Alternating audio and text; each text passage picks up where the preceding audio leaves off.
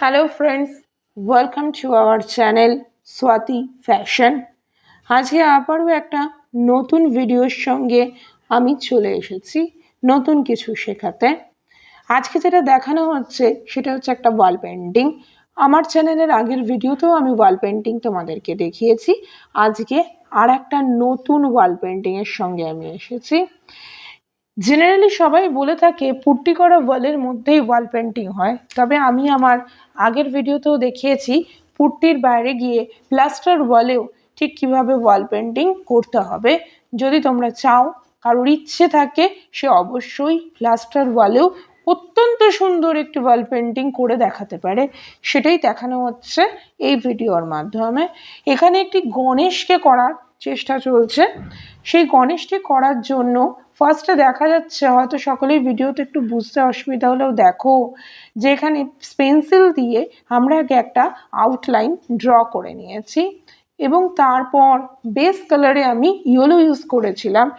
এখন গণেশের যে বডি টোনটা দেখতে পাচ্ছ, সেই বডি টোনটা আনার জন্য ইয়েলোর ওপরে আমি হোয়াইট এবং রেড এই দুটো কালার দিয়ে মিক্সিং করে গণেশের এই এক্স্যাক্ট স্কিন টোনটা নিয়ে এসেছি, যেখানে কিছুটা অংশ হলুদ বেশি এবং কিছু জায়গায় অরেঞ্জিস লাগছে, এক্স্যাক্ট গণেশের যেরকম গায়ের রং হয়।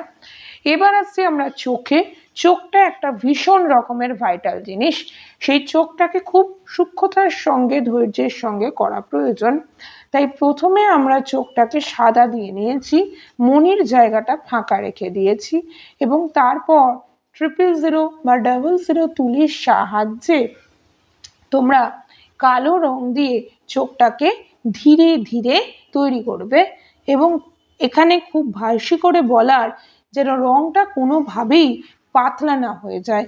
তার মানে ব্ল্যাক কালারটির সঙ্গে কখনোই মিডিয়াম না মেশানোটাই ভালো, টোটালটাই ডাইরেক্ট করো। দেখো এখানে তোমাদের দেখা যাচ্ছে চোখ এবং আইব্রো সবটাই হয়ে গেছে এবং গণেশের যে পেন্সিল স্কেচিং ছিল সেখান থেকে আমরা আউটলাইন্স দিয়ে, ব্ল্যাক কালারের আউটলাইন্স দিয়ে গণেশটির ছবিটাকে ফুটিয়ে তোলার চেষ্টা করছি।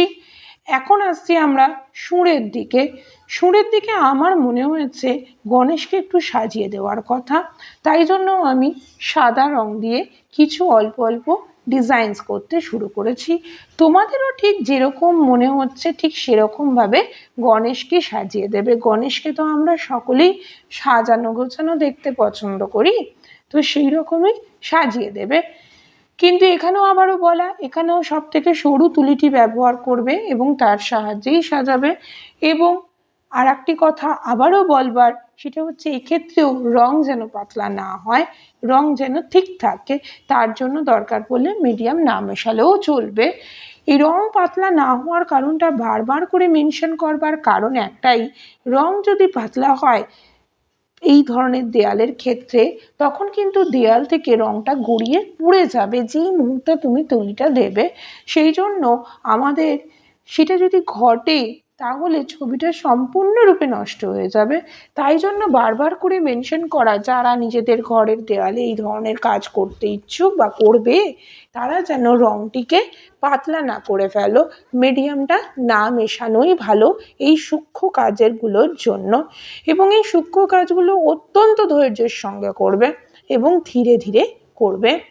এবার আসছি, দেখো এই ধরনের কলকাগুলো যেগুলো গণেশের নাকে এবং কানের ওপরে এই যে ছোট্ট ছোট্ট কলকাগুলো করে আমি সাজিয়েছি, আমরা বললাম একটু আগে যে পেন্সিল দিয়ে আউটলাইন স্কেচ করে নেওয়া, সেটা কিন্তু শুধুমাত্র আউটলাইনের ক্ষেত্রেই প্রযোজ্য, মানে গণেশের ফিগারের আউটলাইন। কালার চাপানোর পরে এই যে ডিজাইনসগুলো হতে শুরু